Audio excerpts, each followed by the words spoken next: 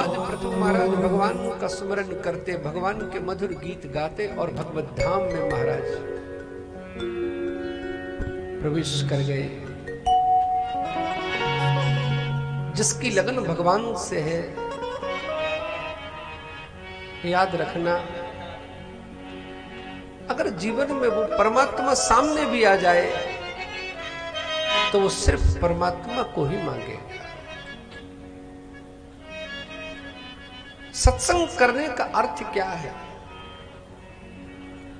सत्संगी व्यक्ति को यह ज्ञान हो जाता है कि जब इस संसार में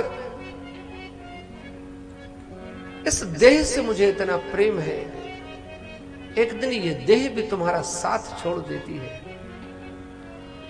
तो अब किसके पीछे दौड़ रहे हो? संसार और संसार की समस्त सामग्रियां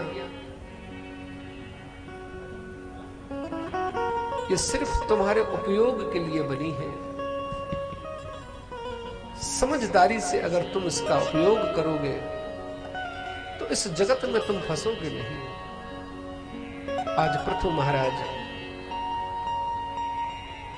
भगवत धाम के अधिकारी हुए, पुरंजन पुरंजनी की कथा सुनाई।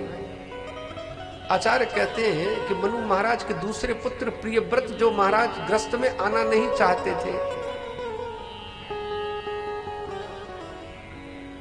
मनु महाराज ने समझाया कि बेटा, भगवान कभी भी जंगल में नहीं मिला करते।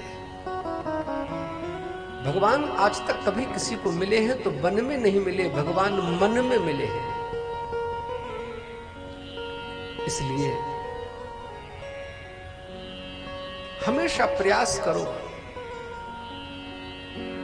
मन को परमात्मा में लगाओ। जगत का जो व्यवहार है उस व्यवहार में रहो। संसार में रहने पर भी अगर परमात्मा के बने रहोगे तो यहां भी सुख पाओगे और वहां भी सुख पाओगे। प्रियव्रत बात मान गए, महाराज ग्रस्त आश्रम में प्रविष्ट हुए।